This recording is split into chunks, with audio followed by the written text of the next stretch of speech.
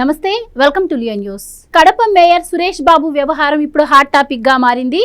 Mayor పదవిలో ఉండి తన కుటుంబ సభ్యులకు కాంట్రాక్టులు ఇప్పించారు అన్న నేపథ్యంలో ఆయనపైన విజిలెన్స్ ఎంక్వైరీ అయితే జరిగింది. మరి ఎంక్వైరీలో నిజాలు బయటపడడంతో ఆయనకు షోకాజ్ నోటీసులు కూడా ఇచ్చినట్టు వార్తలు అయితే వస్తూ ఉన్నాయి. ఇప్పుడనే కాదు, గత 3-4 నెలల క్రితం కూడా కడపలో కార్పొరేషన్ సమావేశానికి ఎమ్మెల్యేకి సీట్ ఇవ్వకుండా కూడా అప్పుడు కూడా చాలా ఉద్రిక్తతలు నెలకొన్నాయి. పోలీసులు కూడా రక్షణ కల్పించలేనటువంటి పరిస్థితి నెలకొంది. అసలు కడప మేయర్ వ్యవహారం ఇలా ఉంటే మరి జగన్మోహన్ రెడ్డి విషయానికి వస్తే, మరి జగన్మోహన్ రెడ్డి గారు కూడా ముఖ్యమంత్రి స్థానంలో ఉండి ఆయన సొంత కంపెనీలకు కాంట్రాక్టులు కావచ్చు, కేటాయింపులు కూడా చేసుకున్నటువంటి పరిస్థితి. మరి అలాంటి జగన్మోహన్ రెడ్డికి ఎలాంటి శిక్ష పడాలి, మరి జగన్మోహన్ రెడ్డి హయాంలో జరిగినటువంటి వీటన్నిటిని కూడా ఎలా చూడొచ్చు, ఇలాంటి విషయాలు తెలుసుకుందాం. మనతో పాటు ఉన్నారు senior political analyst Appasani Rajesh గారు. సార్, జగన్మోహన్ రెడ్డి గారి హయాం చెప్పుకుంటే వస్తే కూటమి ప్రభుత్వం వచ్చాక బయటపడుతున్నవన్నీ ఇవే రోజుకొకటి ఇలానే ఉంటూ ఉన్నాయి.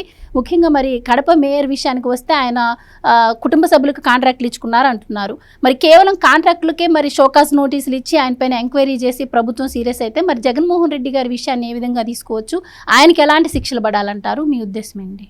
మనకి ఒక సామెత ఉంది కదా, ఆవు చేలో మేస్తే దూడ గట్టును మేయదు అని చెప్పని. జగన్మోహన్ రెడ్డి గారు ఎలా పాలించారో ఆయన పార్టీల్లో వివిధ హోదాల్లో ఉన్న వివిధ స్థాయి నాయకులు కూడా అదే విధమైన వ్యవహార శైలి అలవర్చుకున్నారు. ఇవాళ జగన్మోహన్ రెడ్డి గారి పాలనా హయాంలో ఆయన నిర్వహించిన మున్సిపల్ ఎన్నికలు ఒక ఫార్స్. అన్ని స్థానిక సంస్థల ఎన్నికలు కూడా, పంచాయతీరాజు సంబంధించిన ఎంపీటీసీలైనా, జెడ్పీటీసీలైనా, జెడ్పీ చైర్మన్లైనా, మున్సిపల్ కౌన్సిలర్లైనా, మున్సిపల్ కార్పొరేషన్లైనా సరే, కార్పొరేటర్లు అయినా సరే, ఆయన అనుకున్న వాళ్ళని ఎంపిక చేసుకున్నారు తప్ప ఎన్నిక జరగల. ప్రత్యర్థులను బెదిరించారు, నామినేషన్లు వేయనీయకుండా కట్టడి చేశారు, దాడులు దౌర్జన్యాలకు పాల్పడ్డారు. పోలీసుల చేత మీరు నామినేషన్ విత్డ్రా చేసుకోకుండా మిమ్మల్ని గంజాయి కేసులో లోపలేస్తామని బెదిరించారు. ఏ కారణమైనా సరే ఏకపక్షంగా అన్ని స్థానిక సంస్థలు వాళ్ళవే అనిపించుకున్నారు. ఆ విధంగా ఎన్నిక కాబడ్డ కడప మేయర్ సురేష్ బాబు జగన్మోహన్ రెడ్డి గారి ప్రభుత్వ హయాంలో 2021 ఏప్రిల్ నెలలో జరిగిన, మార్చి ఆఖరిలో ఏప్రిల్ నెలలో జరిగిన మున్సిపల్ ఎలక్షన్స్, ఆ ఎన్నికల్లో ఎలక్ట్ కాబడ్డాడు అతను. జగన్మోహన్ రెడ్డి గారి ప్రభుత్వం తాము ఎంచుకున్న ఎజెండాలో భాగంగా ఈయన్ని మేయర్గా చేయగలిగింది. స్థానిక సంస్థల ఎన్నికలని బహిష్కరిస్తున్నాము, రాజ్యాంగబద్ధంగా ఎన్నిక జరగట్లేదు, పారదర్శకమైన విధానాలు అవలంబించట్లేదు, అధికార వ్యవస్థ ప్రభుత్వంతో కొల్యూడైపోయి ఎన్నికల సంఘం కూడా ఒక నిర్వీర్యంగా మారిపోయింది, ఈ పరిస్థితుల్లో ఎన్నికల్లో పాల్గొనడం కన్నా బహిష్కరించడమే మేలు అని చెప్పని నాటి ప్రధాన ప్రతిపక్షం తెలుగుదేశం పార్టీ కూడా ఎన్నికలను బహిష్కరించింది. ఇటువంటి పరిస్థితుల్లో కడప మేయర్గా ఎన్నికైన సురేష్ బాబు, మా ప్రభుత్వం అధికారంలో ఉంది, నేను మేయర్గా ఉన్నా, ఏం చేసినా చలామణి అవుతుంది అని చెప్పని ఏకపక్ష ధోరణి ప్రదర్శించాడు. సహజంగా ఏ స్థాయి ప్రజాప్రతినిధి అయినా సరే, పంచాయతీ సర్పంచ్ నుంచి రాష్ట్ర ముఖ్యమంత్రి వరకు వాళ్ళు ఆ పదవిలో ప్రజాప్రతినిధులుగా 5 సంవత్సరాల పాటు ప్రజలకు సేవ చేయడం కోసం ఎన్నిక కాబడతారు. అంతేగాని ప్రజల మీద, వ్యవస్థల మీద పెత్తనం చేయడానికి కాదు. రాజ్యాంగం మీద ఏమైనా ప్రమాణ స్వీకారం చేస్తారు? భయము, పక్షపాతము, రాగద్వేషాలకు అతీతంగా పరిపాలన చేస్తామంటారు. రాష్ట్ర ముఖ్యమంత్రి ప్రమాణ స్వీకారం చేసిన, మేయర్గా సురేష్ బాబు ప్రమాణ స్వీకారం చేసిన, ఒక పంచాయతీ సర్పంచ్ ప్రమాణ స్వీకారం చేసిన రాజ్యాంగానికి లోబడే వ్యవహరించాలి. అంతేగాని వాళ్ళేమి వెనకటిలోగా రాచరికంలో యుద్ధాలు చేసి అవతల వాళ్ళని ఓడించో సంహరించో ఆ ప్రాంతాన్నో ఆ ప్రభుత్వాన్ని హస్తగతం చేసుకోవాలా. రాజ్యం వీరభోజ్యం కాదు, ప్రజలు మీ పట్ల నమ్మకంతో మీకు ఇచ్చిన అవకాశం. కానీ వీళ్ళు ఏం చేస్తూ వచ్చారు?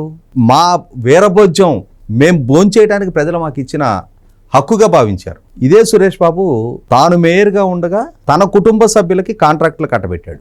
వాస్తవంగా అది రూల్స్కి భిన్నమైన నిర్ణయం. ఎందుకంటే నాకు ఒక స్పష్టమైన అవగాహన ఉంది. 2014 స్థానిక సంస్థల ఎన్నికల్లో నా వైఫ్ మా ఊరు ఎంపీటీసీ మెంబర్గా కంటెస్ట్ చేసింది.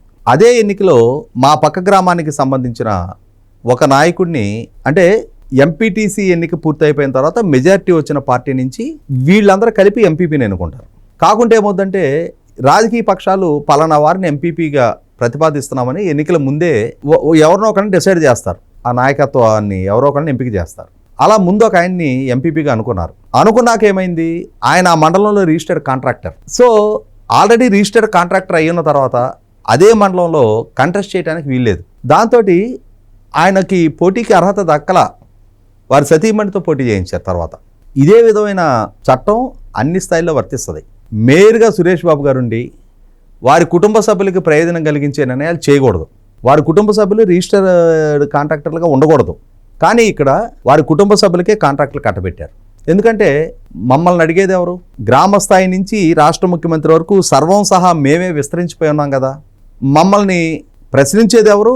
మా నిర్ణయాలను అడ్డుకునేది ఎవరు అని చెప్పనే బరితెగింపుతో కార్పొరేషన్లో అన్నిటికన్నీ డివిజన్లో వాళ్లే ఉన్నారు.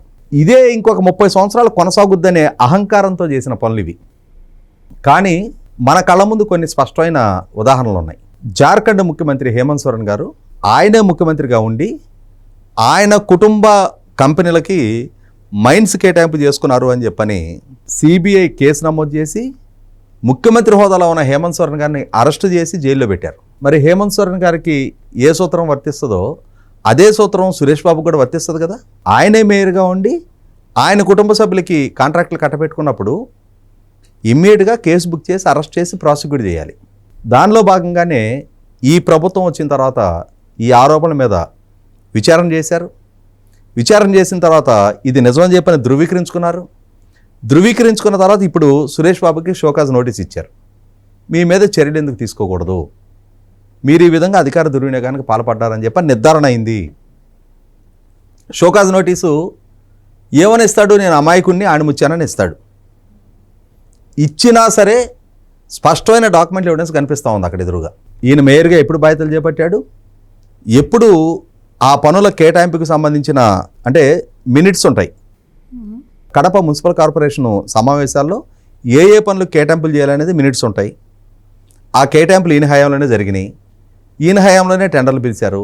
ఈయన హయాంలోనే వీళ్ళ కుటుంబ సభ్యులకే టెండర్లు కట్టబెట్టాయి. అంటే ఈయన ఎలా అయితే మేయర్గా సెలెక్ట్ అయ్యాడో అలాగే వీళ్ళ కుటుంబ సభ్యులు కూడా ఓపెన్ టెండర్లో కాకుండా సెలెక్ట్ చేయబడ్డారు. మిగిలిన కాంట్రాక్టర్లను పోటీకి రానియకుండా అవసరమైతే పెద్ద కుక్క వచ్చి చిన్న కుక్కలను తరివేసినట్టుగా వీళ్ళే అధికారంలో ఉన్నారు కాబట్టి మిగిలిన కాంట్రాక్టర్లను తరివేసి వీళ్ళు దక్కించుకున్నారు. అధికార దుర్వినియోగానికి పాల్పడ్డారనేది ఎస్టాబ్లిష్ అయింది. ఇవాళ మేయర్గా అతన్ని ఆ పదవి నుంచి ఓడబిక్కుతారు. ఒక సంస్కారహీనుడు ఆ మేయర్ పదవిలో కూర్చొని అవినీతికి పాల్పడటమే కాదు, ఇతను పదవిలో ఉండగా ఆ కడప శాసనసభ్యురాలుగా మాధవి గారు ఎన్నికై ఉన్నారు. మాధవి గారు అంటే కోఆప్టెడ్ మెంబర్ అంటారు. శాసనసభ్యులకు కూడా కార్పొరేషన్లో సభ్యత్వం ఉంటుంది. సమావేశానికి హాజరవుతారు. వీళ్ళు వైసీపీ, ఆమె తెలుగుదేశం నుంచి ఎమ్మెల్యేగా ఉన్నారని చెప్పని ఆమెకి కనీసం కుర్చీ కూడా వెయ్యని సంస్కారహీనుడు ఇతను. ఎట్టి పరిస్థితుల్లో దాన్ని క్షమించడానికి వీల్లేదు. మహిళకి శాసనసభ్యురాలుగా ఉంటే ఒకటి శాసనసభ్యురాలుగా ఆమె గౌరవానికి భంగం కలిగటం, మహిళగా ఆమె గౌరవానికి భంగం కలిగటం, అటువంటి సంస్కారహీనత్వాన్ని ప్రదర్శించిన సురేష్ ఇవాళ అవినీతిపరుడుగా కూడా అధికార దుర్వినియోగానికి పాల్పడ్డట్టుగా కూడా అధికారికంగా ప్రభుత్వం జరిపిన విచారణలో నిర్ధారణ అయింది. ఒక్క క్షణం కూడా అతను ఆ పదవిలో కొనసాగడానికి వీల్లేదు. ప్రభుత్వం చర్యలు తీసుకుంటుంది, అతను ఆ పదవి నుంచి ఓడబిక్కుద్ది, అంతవరకు ఖాయం. మరి ఇతన్నైతే ఓడబిక్కుతున్నారు మేయర్గా. మరి అదే పార్టీకి సంబంధించిన జగన్మోహన్ రెడ్డి గారు, ఆయన రాష్ట్ర ముఖ్యమంత్రిగా ఆయన కూడా ఇదే విధమైన ఆయాచిత ప్రయోజనాలు తన స్వార్థానికి తన అధికారాన్ని దుర్వినియోగం చేసుకున్నాడు. ఆయన ముఖ్యమంత్రిగా ఉండి క్యాబినెట్లో ఆయనే క్యాబినెట్కి అధ్యక్షత వహించి సరస్వతి పవర్ అండ్ ఇండస్ట్రీస్ వాళ్ళ కుటుంబ కంపెనీ అది. ఆ కంపెనీ ఎస్టాబ్లిష్మెంట్ కోసం అని చెప్పిన అనుమతులు తీసుకొని కంపెనీ ఎస్టాబ్లిష్ చేయనందుకు 2014-19 మధ్యన తెలుగుదేశం ప్రభుత్వం ఆయనకు చేసిన కేటాయింపులు రద్దు చేసింది. వీళ్ళ నాయన గారి హయాంలో 2006-7లో ఈయన కంపెనీ ఏర్పాటు కోసం మైన్స్ కేటాయింపులు చేశారు. కానీ ఈయన కంపెనీ కాదు, దాని చుట్టూ కాంపౌండ్ వాళ్ళు కూడా కట్టని నేపథ్యంలో నాటి తెలుగుదేశం ప్రభుత్వం ఈయనకి చేసిన కేటాయింపులు రద్దు చేసింది. రద్దు చేస్తే ఈయన ముఖ్యమంత్రిగా బాధ్యతలు చేపట్టిన తర్వాత అదే కంపెనీకి ఈయన క్యాబినెట్లో కూర్చొని గత ప్రభుత్వం చేసిన రద్దుని మళ్ళీ పునరుద్ధరించుకున్నాడు. ఇంకొక అడుగు ముందుకేసి వాళ్ళ నాయన 30 సంవత్సరాలకి లీజ్ కేటాయింపులు చేస్తే ఈయన దాన్ని 50 సంవత్సరాలకు పెంచుకున్నాడు. పైగా కృష్ణానది నుంచి నీటి కేటాయింపులు చేసుకున్నాడు. అంటే తాను క్యాబినెట్లో ఉండి తన సొంత కంపెనీకి ప్రయోజనాలు చేకూర్చుకున్నాడు. వాస్తవంగా ముఖ్యమంత్రిగా ఆయన ఏం చేయాలి? కంపెనీ ఏర్పాటు చేయనప్పుడు వేరే ఇంకొక సంస్థ అయితే వాళ్ళ భూమి కేటాయింపులు రద్దు చేయాలి. అదే గత ప్రభుత్వం చేస్తే దాన్ని నేను పునరుద్ధరించుకున్నాడు. అంటే అధికార దుర్వినియోగానికి పాల్పడ్డాడు, ఆయేచిత లబ్ధి తన సొంత కుటుంబానికి చేసుకున్నాడు. అధికార దుర్వినియోగంకి పాల్పడటమే కాకుండా అవినీతికి కూడా పాల్పడ్డట్టుగానే పరిగణించాలి దాన్ని. రూల్స్ వైలేట్ చేశాడు. కంపెనీ ఏర్పాటు కోసం తీసుకున్న భూముల్లో కంపెనీ ఏర్పాటు చేయకున్నా కూడా ఆ లీజ్ అగ్రిమెంట్ పొడిగించుకోవటం, లీజ్ పీరియడ్ పెంచుకోవటం, 100% అధికార దుర్వినియోగం. ఇంతకీ మించి ఇంకొక అవినీతి ఉంది. ఇవాళ ఐఎన్పిఆర్ కమిషనరు తుమ్మా విజయ్ కుమార్ రెడ్డి సాక్షి పత్రికకి ఆయాచిత లబ్ధి చేకూర్చాడు అని చెప్పని ఏసీబీ కేసు నమోదైంది. చీఫ్ సెక్రటరీ గారు అతను విచారించడానికి 17A కింద అనుమతి ఇచ్చారు. ముఖ్యమంత్రిగా జగన్మోహన్ రెడ్డి గారు ఉన్నారు. ఆ సాక్షి పత్రిక యజమానిగా ముఖ్యమంత్రి గారు సతీమణి ఉంది. ఇవాళ ఒక అధికారి సాక్షి పత్రికకి 100 కోట్ల రూపాయల యాడ్ రెవెన్యూ కట్టబెట్టారు అని అంటే ముఖ్యమంత్రికి ఈయన ఏం చేస్తున్నాడు? ఈయన పాలనా హయాంలో ఈయన కుటుంబ యాజమాన్యంలో ఉన్న పేపర్కి 100 కోట్ల రూపాయల యాడ్ రెవెన్యూ కట్టబెట్టడం అనేది ఈయనకి నాలెడ్జ్లో లేకుండానే జరిగిందా? ఎండ్ బెనిఫిషరీ వీళ్ళ సతీమణి కదా. కాబట్టి ఇక్కడ కూడా జగన్మోహన్ రెడ్డి గారు అధికార దుర్వినియోగానికి పాల్పడ్డాడు, అలాగే ఆశ్రిత పక్షపాతానికి పాల్పడ్డాడు.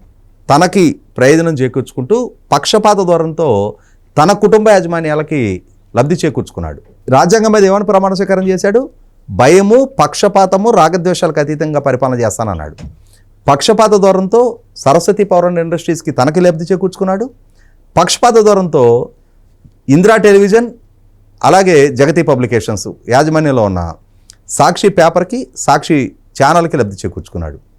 మరి హేమంత్ సోరెన్ మీద నమోదు చేసిన కేసు ఇవాళ సురేష్ని షోకాజ్ నోటీస్ ద్వారా వివరణ అడుగుతున్న ప్రభుత్వం జగన్మోహన్ రెడ్డి మీద కూడా అదే కేసు నమోదు చేయాలి. జగన్మోహన్ రెడ్డిని వాళ్ళ సతీమణిని ఇరువురిని కూడా ఈ కేసుల ప్రాతిపదికగా ప్రాసిక్యూట్ చేయాలి. Right sir, thank you so much. Please subscribe to Leo news for more videos.